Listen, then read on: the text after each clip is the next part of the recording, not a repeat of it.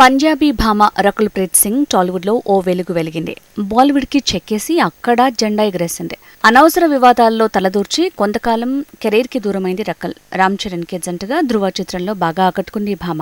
ఆ తర్వాత ఆ రేంజ్లో మరో హిట్ని అందుకోలేకపోయింది. మళ్లీ అదృష్టం కలిసొచ్చి ఇండియన్ 2లో నటించే ఛాన్స్ని కొట్టేసింది. 1996లో శంకర్ రూపొందించిన ఇండియన్ భారత చలనచిత్ర చరిత్రలో సెన్సేషనల్ మూవీగా నిలిచింది.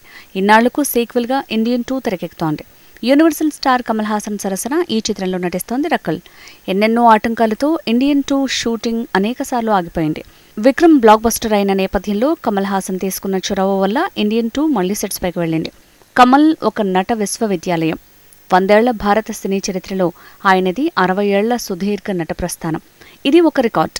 అడ్డదారిలో విజయాలు రావని, శ్రద్ధతో పనిచేస్తేనే వస్తాయని కమల్ నిరూపించారు. ఆయనతో కలిసి నటించడం నా అదృష్టం అంటూ తన మనోభావాలను మీడియాకు వెల్లడించింది రకుల్ ప్రీత్ సింగ్.